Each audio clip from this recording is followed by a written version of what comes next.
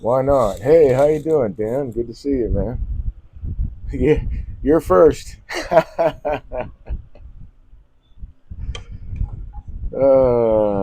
Getting the things all set to go here.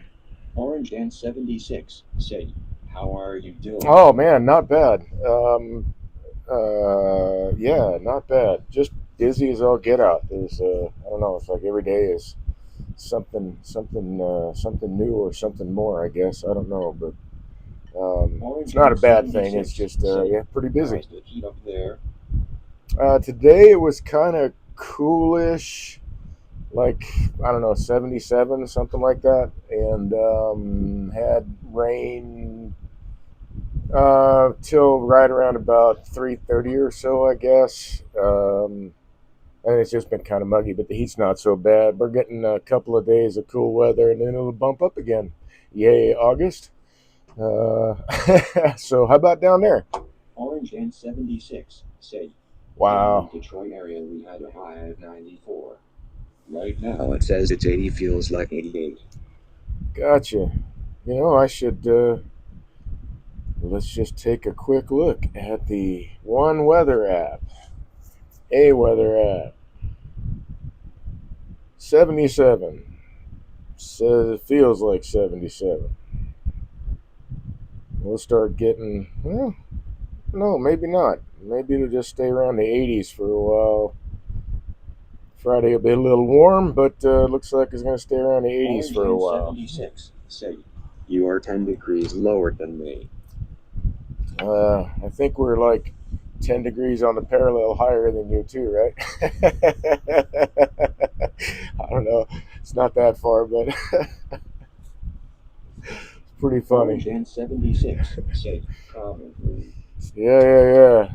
Hey, man, I'll take it a little cooler. It's been like too damn hot, way too hot. So yeah. Well, it looks like I'm all set. So let's get my tool rest set to the right height, I think. All right, groovy. Well, Orange Dan was first in, so I'm not sure who else is in yet, but howdy, folks. My name's Dave. I'm a wood turner.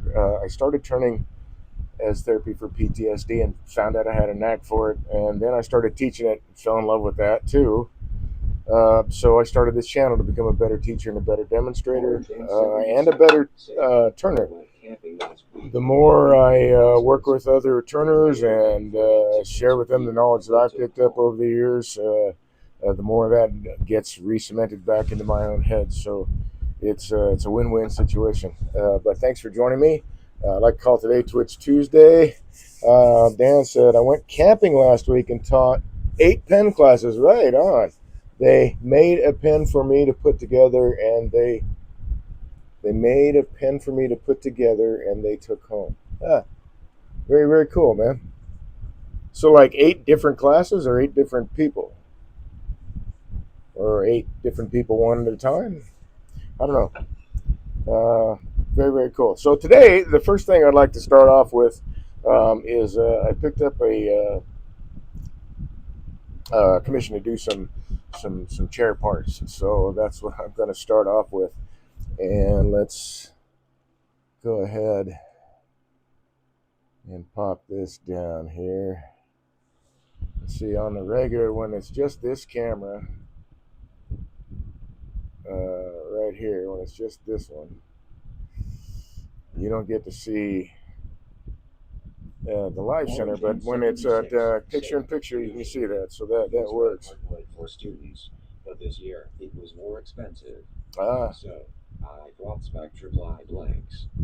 I taught a demo for the public and then did 8 one-on-one classes for a person to make a pen. nice, nice, nice. All right, so I've got this chair back spindle from a press back chair. They're like, I was told the chair is like 50 years old. And to me, this kind of seems like it was just machine done. The corners, everything, nothing's really crisp. back when I guess they use mostly scrapers. I guess nowadays the machining you get a little bit better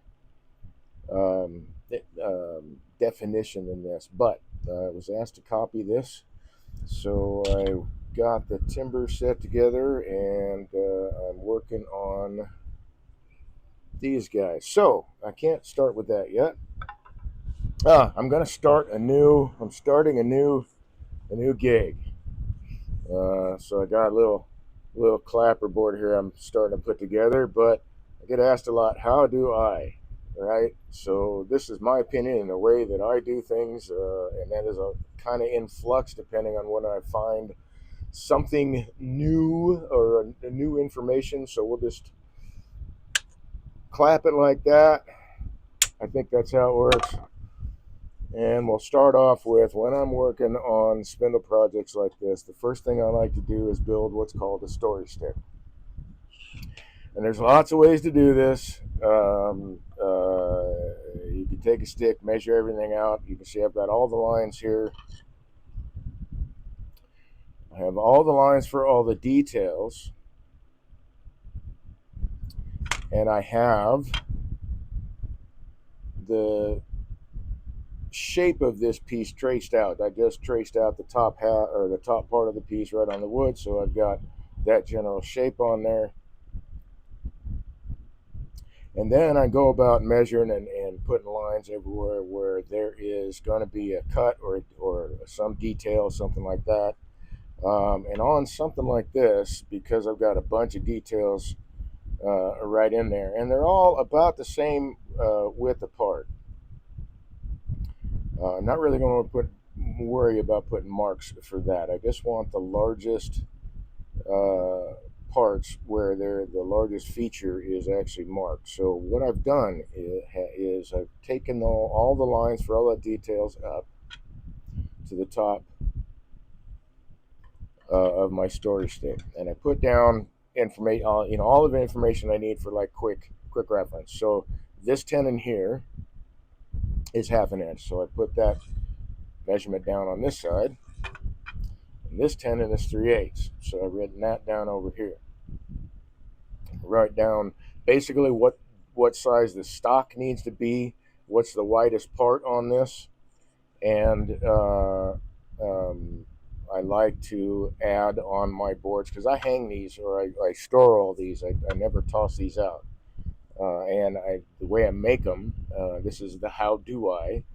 The way I make them is so hopefully they'll last, and that way I can have these story sticks for however long I'm around anyway. And if the same customer wants to come back and says, "Hey, I need more of those," and I've got a story stick already done, I don't have to do that same work later.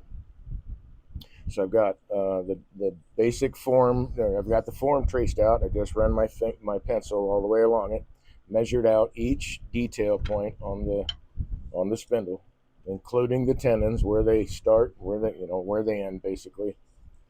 But the tenons can be kind of cut to fit at the end once they're the right diameter, so they can be a little bit longer. I won't make them that way, but they can be. Then I take the lines for the major details when there's a lot close together, and I bring those lines up to the top of my story stick. And I usually use lath or something like that. This is a piece of oak that was left over from some chop project. I don't know. It's been sitting bumping around with my other little pieces of lath, but it turned out I'm out of lath. But this is the perfect size. So I grab this piece of oak, run these lines across. Now I have pre-drilled holes on each spot where there is a major line or a major detail. And what I do with those holes is I drive finishing nails in there. Now, again, there's many ways to do this. You can cut notches in there, so you can lay this board right up on there and lay your pencil on it. I do this so I can just lay the board right up on it, pull it away, and all the lines will be set. I don't have to do each individual line with a pencil. I can just do them all at once. Once I have the stock round. 1, 2, 3, 4, 5, 6, 8, 9, 10, 11, 12. So I need 12 nails.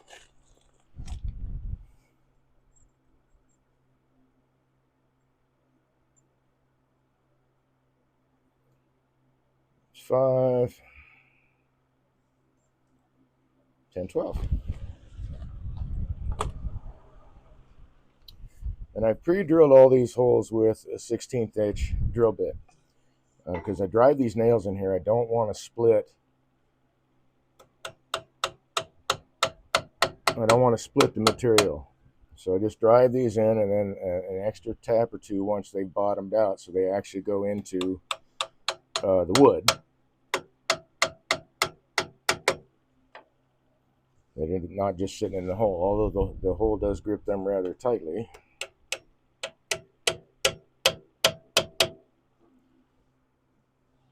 I want there to be some work to have to pull these nails out. And it doesn't matter how deep the holes are, really. I drill maybe 3/8 of an inch in.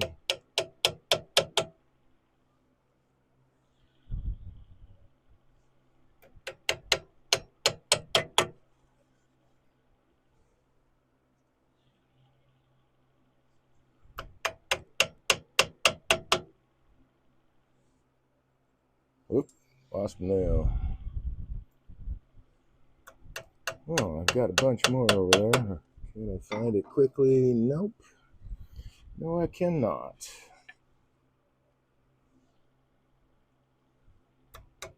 And so I do this for any different furniture part that I'm doing: legs, back, sides, rails. It doesn't matter. I want to have a story stick available and have it labeled with all the good information. The customer's name. I do that for the first one, but it doesn't matter what if they have a spindle that is the same from the same kind of chair, even if they're not the same customer, I'll have the pattern.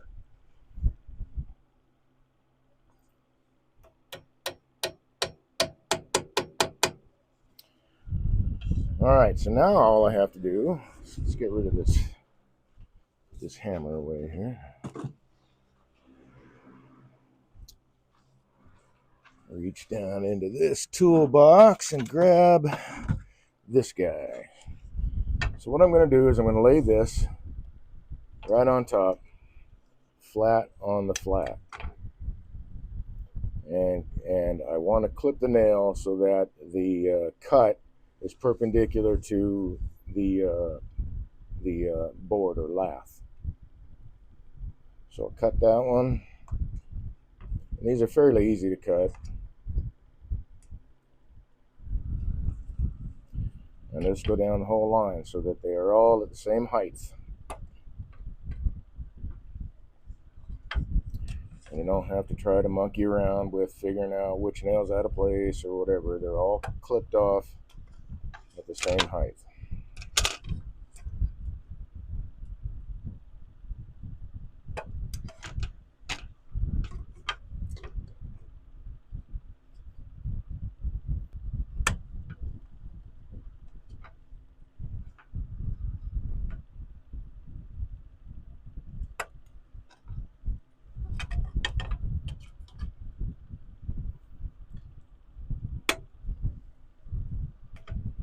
Whoops.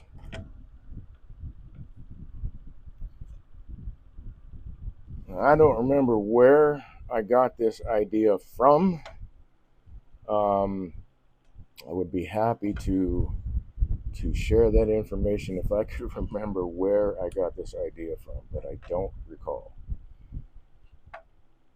Be nice if I came up with it myself, but I did not. My first storyboards had notches in them, and I would use, straighten that guy up a little bit. There we go. I would use a pencil, lay the board up alongside the billet, and then make every mark. Okay, so that's all clipped off. All the nails now are the same height. Well, that's not working well. There we go. And the reason that I cut them so that the nails were cut perpendicular to this piece of lath, or in this case, piece of oak, is that when I lay this up against the piece, now I've got a cutting edge on each side that I can just score lines with. It doesn't take a heavy touch. Once I got the surface prepped, I can just touch this on there. I'll get all those lines all at the same time. Or like I said, you could make a storyboard like this with notches in it in place, and you can hit it with a pencil pen, what have you. I'm sure there are other ways, but this segment was how do I? So that's how I do that. All right, so I have also, again, I'm not being sponsored by this company or this person.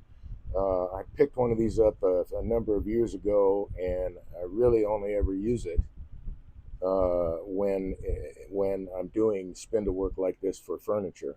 It is a automatic caliper, and there is a scale here for inches in diameter. And you lay your piece up in there, and it registers. In this case, this should be half an inch or a little bit over, so it is. This is a half inch also. Anywhere along the line that I put this in, it'll give me the measurement. And it's a Gilbert caliper. They make different sizes if they're still in business. And the nice thing is it's got a little calibration screw, so you can set a piece of known diameter up into this and then slide that scale to where the lines match up properly, and that's how you calibrate. So that's pretty cool. And let's set this aside for a sec. And I'll set the spindle aside for a sec. I keep the piece that I'm working on or copying pretty close so I can look at it. And actually, I can set this right there as a reference also. I may need steady rest for this, but I don't know if I do yet or not. This is oak I'm working with, and I'm really, first thing I got to do is knock all the corners off. It doesn't look like the center to me. Did I miss it? I did.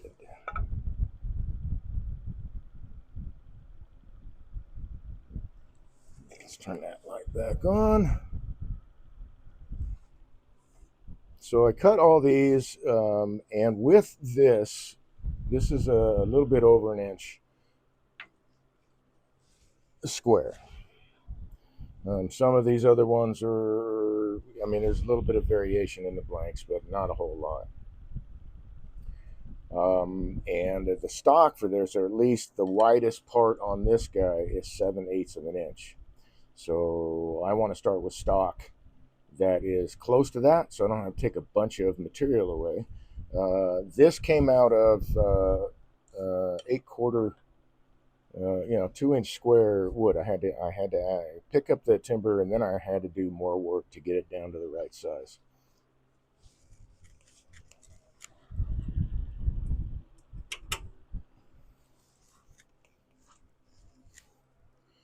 All right, I think my tool rest is too far away.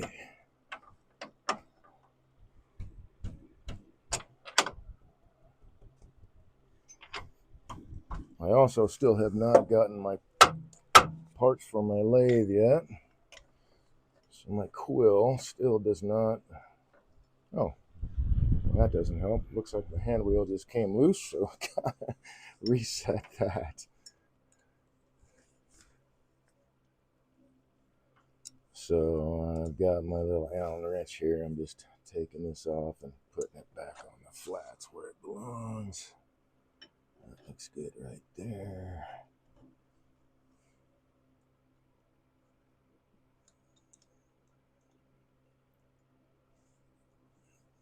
just part of the everyday maintenance stuff, I suppose, because the lathe does experience vibration over its lifetime, and things just do tend to come loose, so it's good to check those things every once in a while.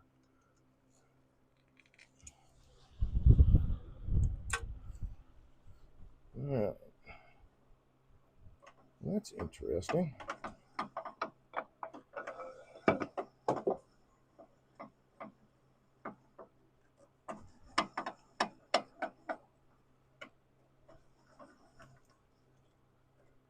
All right.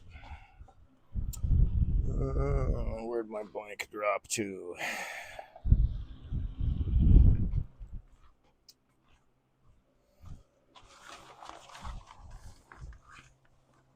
There it is.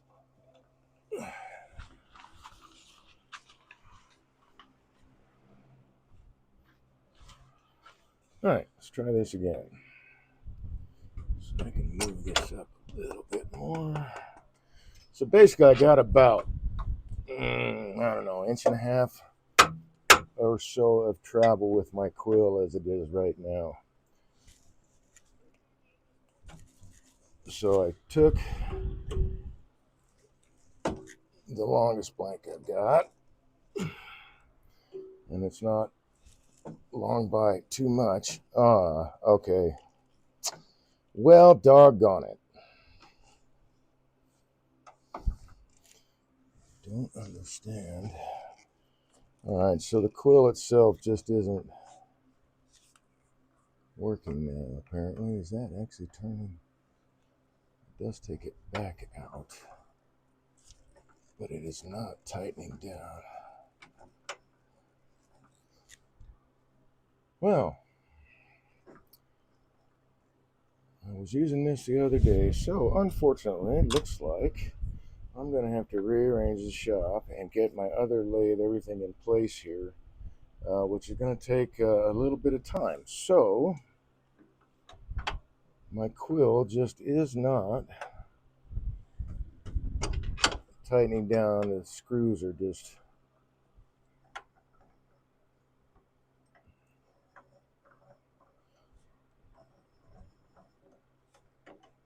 it'll retract, but it won't extend under pressure, which tells me, let's try that the threads are toast on the inside now, finally. So I ordered the parts just about 2 weeks ago, but Jet has had a really bad run of luck as far as keeping inventory since COVID. And then I think they just kind of, yeah, that's wild.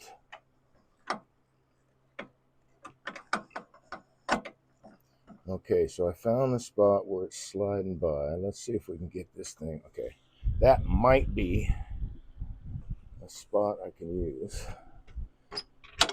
because some of the threads are just gone now. So let's try it. I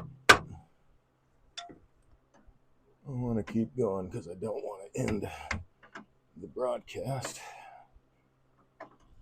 because I don't have an operating lathe in front of the cameras, and I'd have to move all of the equipment, which I will do this evening if I do have to shut down the broadcast. Ooh, that might get it, maybe. Nope. It's just not gonna tighten down. So still waiting for parts from JWL. Actually, in this case, it's e-replacement parts because JWL didn't have them in stock. I found them at e-replacement parts. I'm going to have to take some time this evening to rearrange everything so I have a working lathe here in front of the camera. It'd be a lot easier than trying to move all this equipment. So I'll be able to set it up on here. I'll just have to shift the arm of the camera over a little bit so I can have the lathe sitting right here. I'll have to put my board down and all that. So sorry, folks. I apologize for that. I was just turning. I turned 8 stands yesterday for some little holoforms that I had turned. Had no issues. So it looks like the threads finally gave out internally, which is a shame because this has only lasted. I had to look it up. I bought this quill and drive screw 2 years ago, so it's only lasted about 2 years. Whereas the original equipment lasted, well, from 2015 to 2 years ago. So I don't know what changed in the manufacturing or what have you, but had to order another set. It looks like I'm down a lathe, and I'll just have to move things around. So it looks like I'll be streaming tomorrow night with a different lathe up here, and I believe this is. I'm going to take a look really quick. Hang tight with me here. Let's take that guy because I believe that this is long enough. Whoops, let's get the cords off there somehow.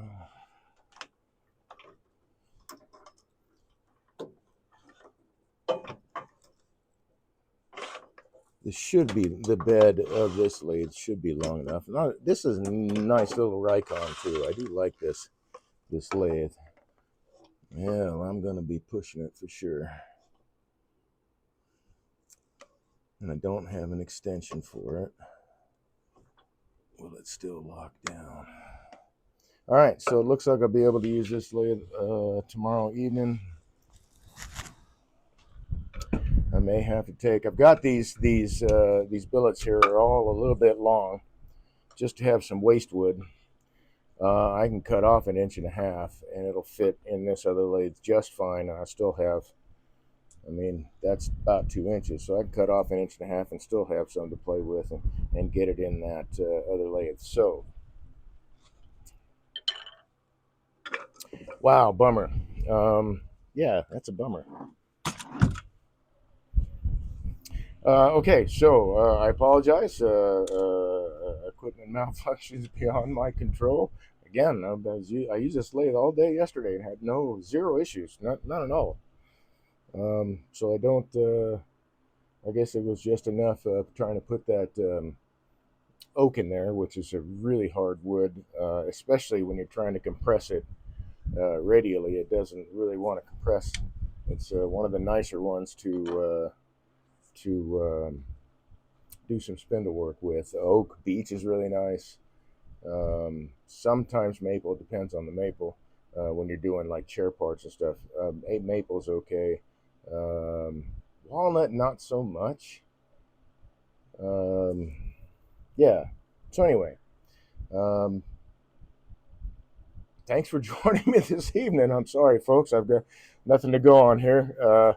Let's see. I talked about the storyboard, so that's all I've got for that. So that was so you'll see that little clip up on YouTube at some point, but that'll be a new feature. So when I have stuff that how do I do this? How do I do that? That's how I'm going to start those segments from now on. Plus, it'll help me locate that little clip in the 3 hour long stream that I'm usually recording, 3 hour plus. Make it easier to find those little vignettes in there, and then turn those into little clips. But anyway, that's a new feature. I hope that. Actually, I'm pretty sure it's going to work all right. I want to get a better. I'll have to make a better clapboard, but I just had to do something so I could at least clap, right? But yeah, so that's my how do I. I got the idea from a friend who and his little shtick is going to be just my opinion. So it's very, very simple. Very, very cool. Thank you, Mike, for the idea. And I hope that you all check out. Now, Mike Obuchowski, OB, I guess he goes by Capmo B most of the time. He'll be, he did finally stream Sunday on his birthday. And he's getting set up to actually finally stream on a regular basis. So I'm looking forward to that. We have plans to stream together, and and both remote and both of us on the same site. He is a newer turner than I am, but he turns some really nice stuff.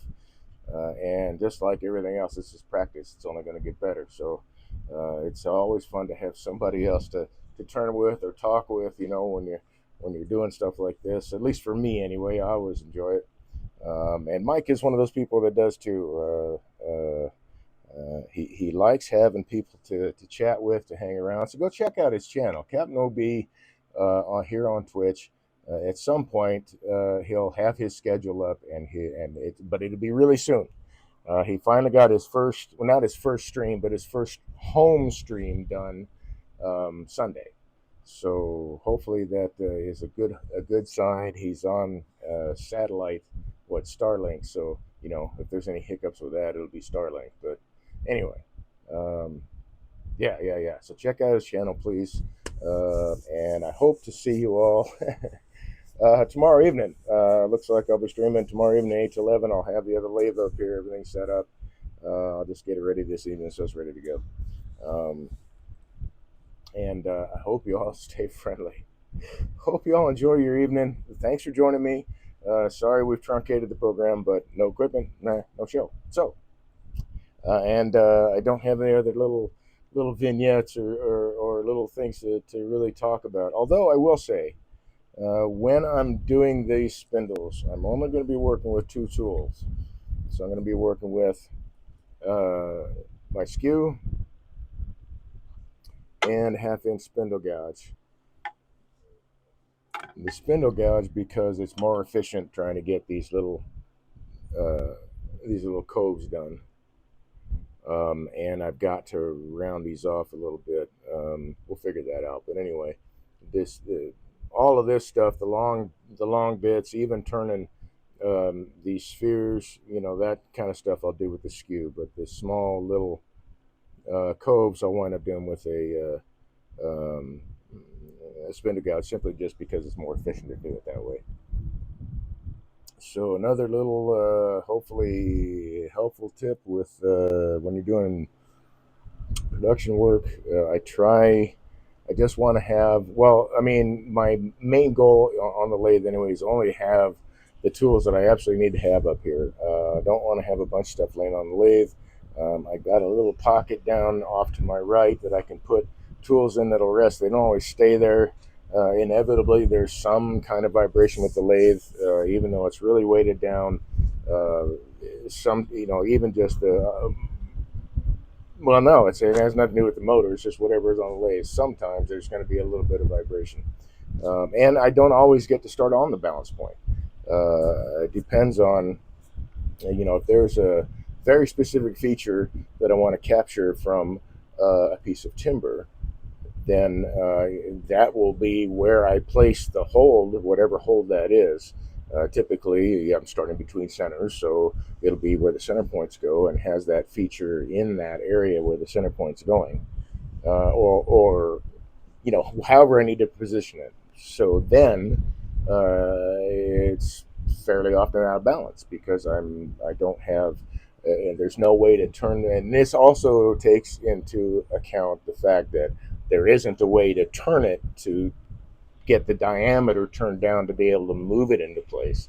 It's just the piece, say it's a burl, just for an example, and I find the really, really nice cluster of bird's eyes and whatever, and I want to highlight that. It's on the burl, but it's off to the side. Well, I'm not going to chew the diameter down on that because I'll lose all of that as I get to the center of the rounded brown, the tube or cylinder rather that I'm going for. So I'll set that in place, and that becomes the center of that cylinder. And then if it's out of round, or if it's out of balance, it's out of balance. But most of the time, I can start between centers on the balance point. It's not very often that I don't get to do that.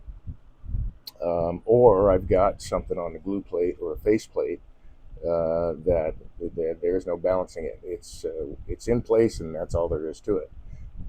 Which is why I really prefer to start between centers, but I'll use whatever hold I can use that is the safest hold. So if I need to throw screws in a faceplate to hold a chunk of wood on here, I'll do that. If I can use a glue block, I'll use that. I do use a chuck mostly for smaller stuff, though. I don't use it for big items. I think that's dangerous.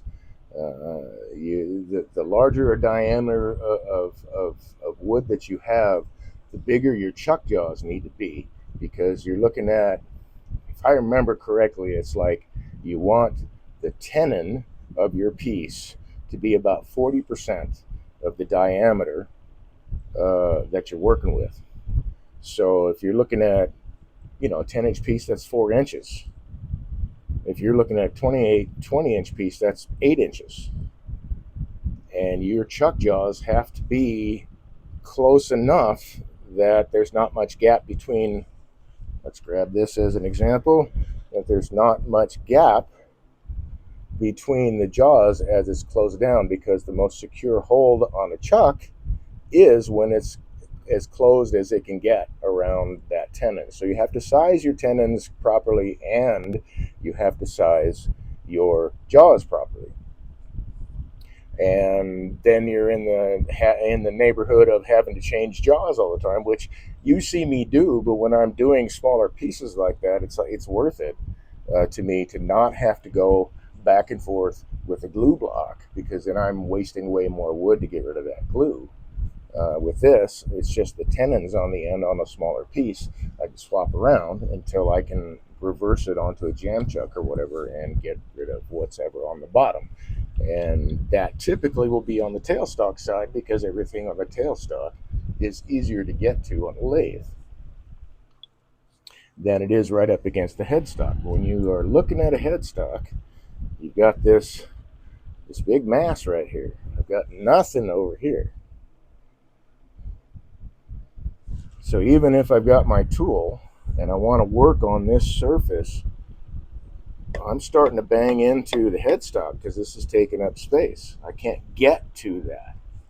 So a lot of the times, especially like when I'm doing bowls, I'll do the outside first, but I'll do the outside on this side so I can get to almost all of it. The only thing I can't get to on that, and let's pop this out since the quill isn't working anyway. Lee, what a bummer, man. I don't. That's such a drag. I was really looking forward to doing this today. So let's get that guy out.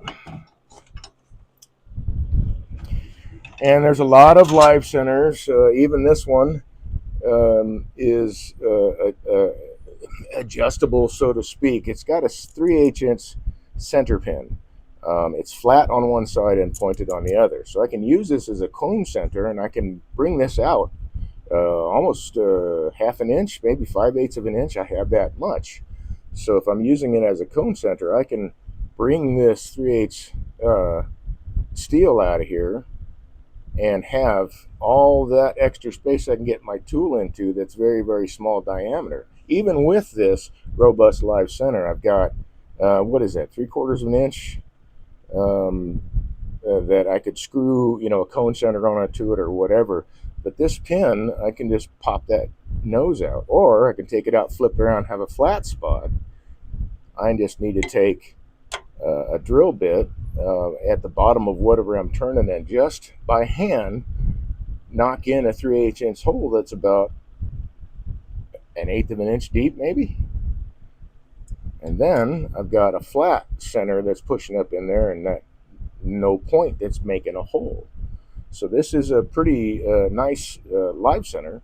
Eventually I will need to replace it, but this one has lasted me, oh good golly, since let's see, I guess it would be 2020, towards the end of 2016. Yeah, it would have been October of 2016 when I found out about the turning club, and then got involved with Lyle and started working with him at his shop and being mentored by him. So this has been around since about 2016.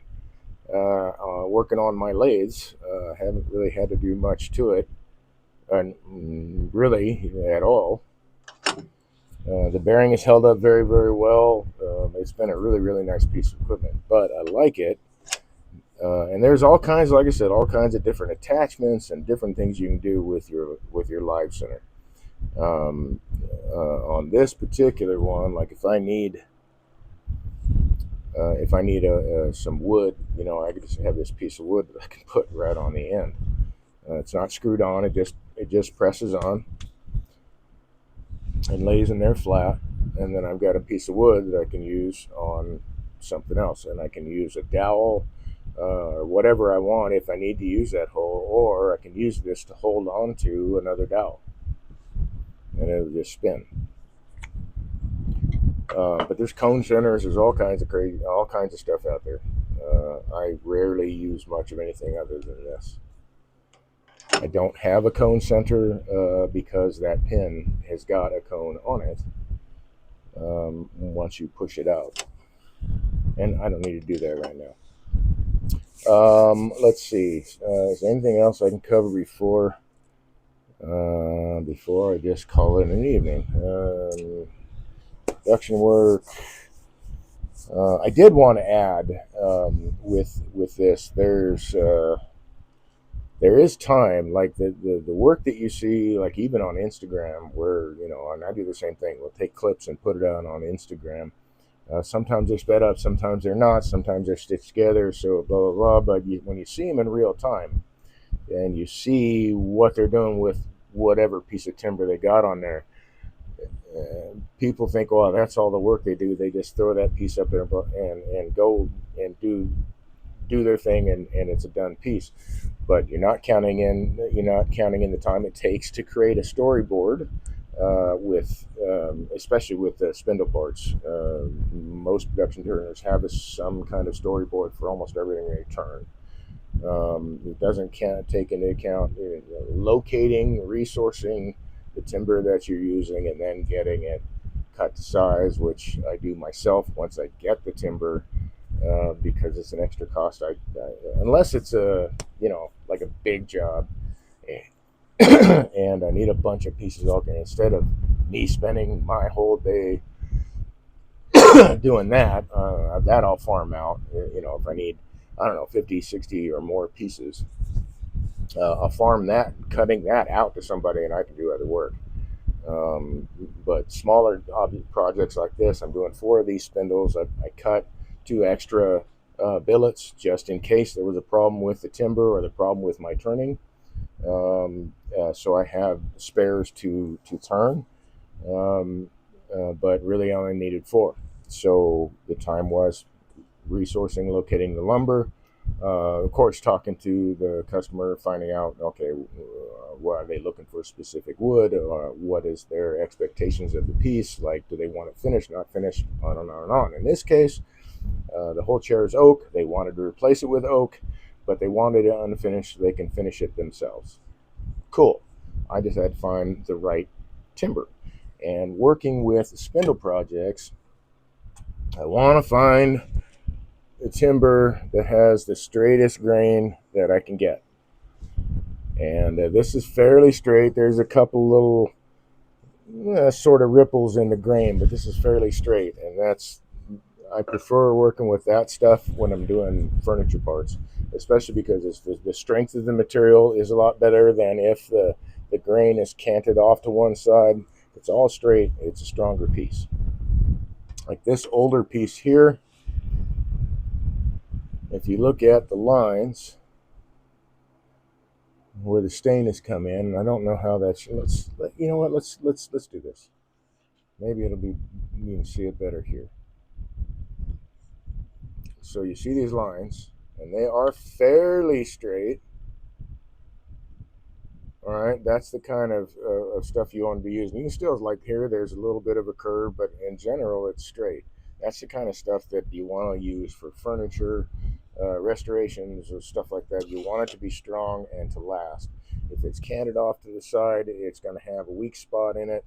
The pressure on it's going to make it want to bow in that direction that the grain is bending, so that it can snap one way or the other. It needs to be as straight as you can get it. What else can I cover since we're here on since I'm not turning anything today? Let's see. So we've covered storyboard. We've covered the lumber. We've covered and when I'm doing furniture stuff, I prefer to work with kiln dried stuff.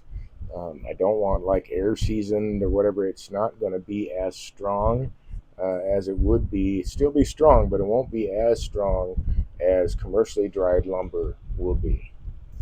So when I'm doing just those kinds of things, then furniture, chairs, tables, whatever, just furniture parts, then I want to use kiln dried wood as much as I possibly can. Um, Anything else doesn't. It depends on the application, I suppose. Like I did a job. Guy wanted an entire croquet set turned. The mallets, the handles. Well, he did the mallets. He was a flat worker, and he had these inlays. They were really, really nice looking, but hired me to turn the handles and the balls. All of the wood that I used on that was ash, and it was all air dried. The reason for that is that it was still strong enough to be used as a croquet mallet. You're not swinging the mallet like a bat. A croquet mallet doesn't get swung like that. And so, very, very sturdy wood that would weather well and hold up to repeated use. In that case, I used ash. He had asked me about turning walnut, but walnut, in my opinion, anyway, when you're using, I don't like using walnut for like handles and stuff like that because it's got a little bit more flex to it, in my experience. And so turning chair parts, furniture parts, like I guess if it's a table leg, something that's substantial, a couple inches in diameter, then walnut is fine.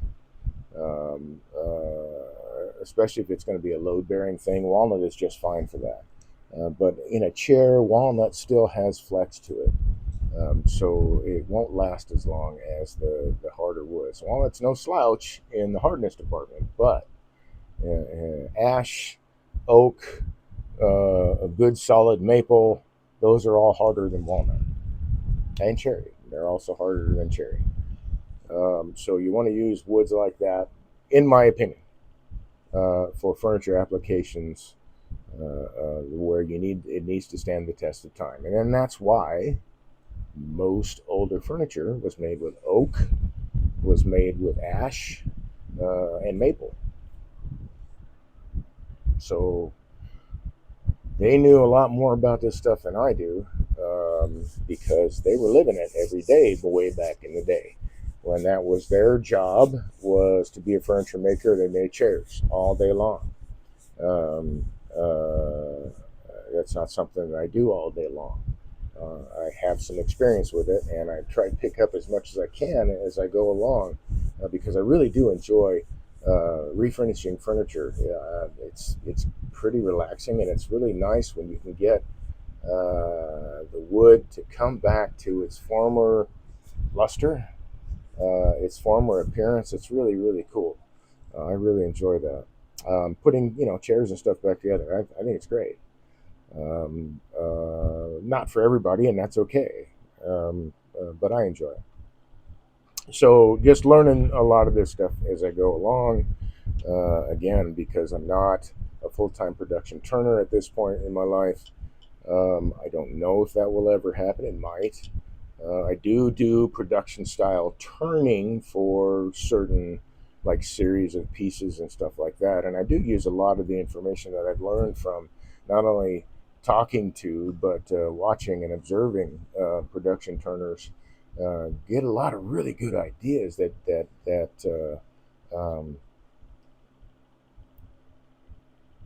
meld right into a lot of other kind of turning applications.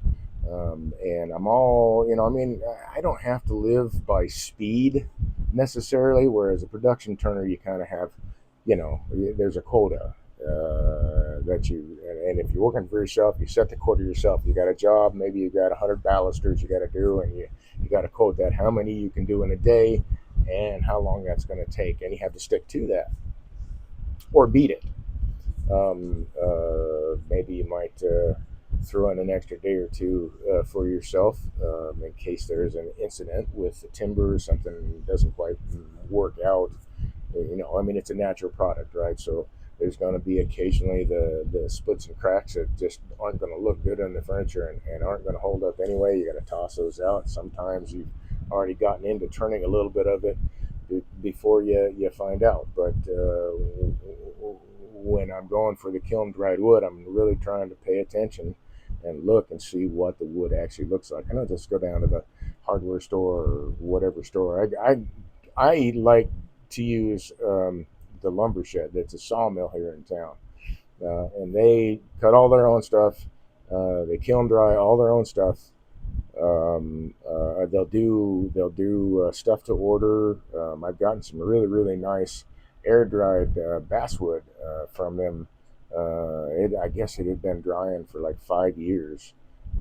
They had it out behind, but I got some really nice basswood from them that wasn't kiln dried, but still really nice. I've got one more piece left that I'm going to turn into something someday. It's a nice little block. I think it's 8 by 6, I think. Anyway, I'll figure out what to do with that sometime because basswood's kind of cool. It's looking when it's done being turned. So a lot of little bits and pieces, little puzzle pieces to the whole puzzle. I guess little pieces of the whole puzzle to how things get put together. In my case, it was finding out. Somebody was looking for a turner. Contact them, finding out what they wanted to do, what they were looking for, putting together a plan, getting the at least one, even if it was a broken spindle that I could put back together and get all the measurements off. I just need one for whatever set of items that I'm turning. And then I can make my storyboard and source the lumber depending on what is either needed, like to replace. In this case, it's all oak. They want to replace with oak, but it depends on what the customer wants. I'm going to steer them a little bit if they're going to go for a lower quality or a piece of timber that's not going to last or stand up as well as the oak that's in the chair would. In this case, I didn't have to worry about it. They said, "Well, it's oak. We want oak." I'm like, "Cool, all right." And go get the timber, get it cut down to size, get it cut to the right billet length, put it on the lathe, turn it, do your storyboard thing, turn all that out, take it off the lathe, do the next one. So there's a whole lot of pieces in that puzzle, and quite a few that I haven't even covered yet. Little bits and things in there that most people don't get to see. So I thought it would be nice to, since I'm taking the time to stand here and do nothing, doggone it. Dang, I wanted to turn. At least I could talk about something. So anyway, I guess that is all of it. There's nothing else that I'm going to be able to handle right now. It's going to take me quite a while to get this rearranged. So I'm going to take care of that. Again, thanks for joining me. Sorry it's cut short, but that's life. I'm not going to say I'm not bummed because I'm bummed. But hopefully the parts will get here soon. In the meantime, I can get this other lathe out. I'll start working on that. So I hope you stay friendly. Thanks for joining me this evening. I will be back on tomorrow night. We'll have the other lathe up here and working, and we'll go on from there. So thanks again, and I hope to see you tomorrow night. Take care, folks.